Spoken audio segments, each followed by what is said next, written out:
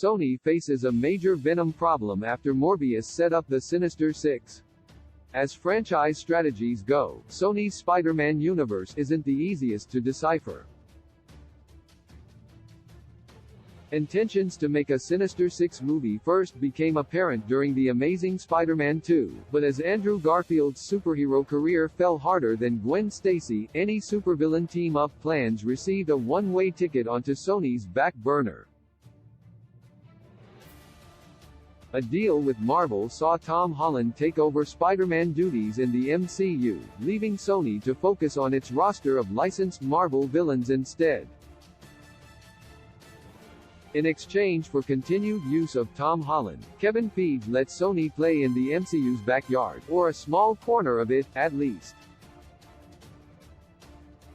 Morbius borrowed Michael Keaton's Vulture from Spider-Man: Homecoming, revealing how the villain swapped Disney's Earth 616 for Sony's Spider-Man universe. Tracking down Jared Leto's Morbin Vamp, Vulture suggested a bunch of guys like them should team up, to which Morbius replied, "Intriguing."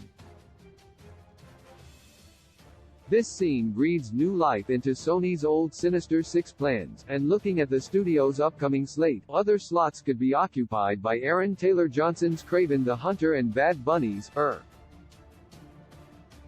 El Muerto. That still leaves the Sinister Six 2 members light, and therein emerges a curious dilemma: should Sony put Tom Hardy's Venom in its villainous squad? Venom is a classic Spider-Man foe who has previously been a Sinister Six contributor in the Marvel comic books. He'd usually be a shoe-in for Sony's antagonist team-up gig, but with Tom Hardy in the role, Sony has transformed Venom into more of an anti-hero vigilante, maybe even an outright superhero. While 2018's Venom and 2021's Venom, Let There Be Carnage managed to showcase his good and bad sides, those looming Sinister Six plans will force Sony to make a decision one way or another. Does Venom give into his symbiote and join Adrian and Mike's Bad Boys Club? Or does Sony lead Eddie Brock even further down the righteous path by having him oppose the Sinister Six?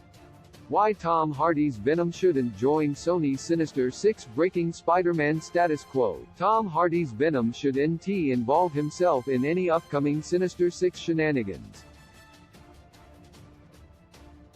Across Venom and Venom, Let There Be Carnage, Hardy has developed into a down-on-his-luck vigilante journalist attempting to control his inner monster, but often gets demonized regardless. Venom, Let There Be Carnage even ends with Eddie and Venom on the run as convicts, despite saving San Francisco from carnage. Were Eddie to throw his lot in with outright villains, his development thus far would become obsolete. Helping defeat the Sinister Six, however, could be how Eddie wins back his liberty. Alternatively, Eddie might join the Sinister Six because has no other option, but betray the group once their true colors come to light. In either instance, a brush with Sony's Sinister Six should finally cement Venom's good guy credentials, rather than abruptly switching his ethical lane.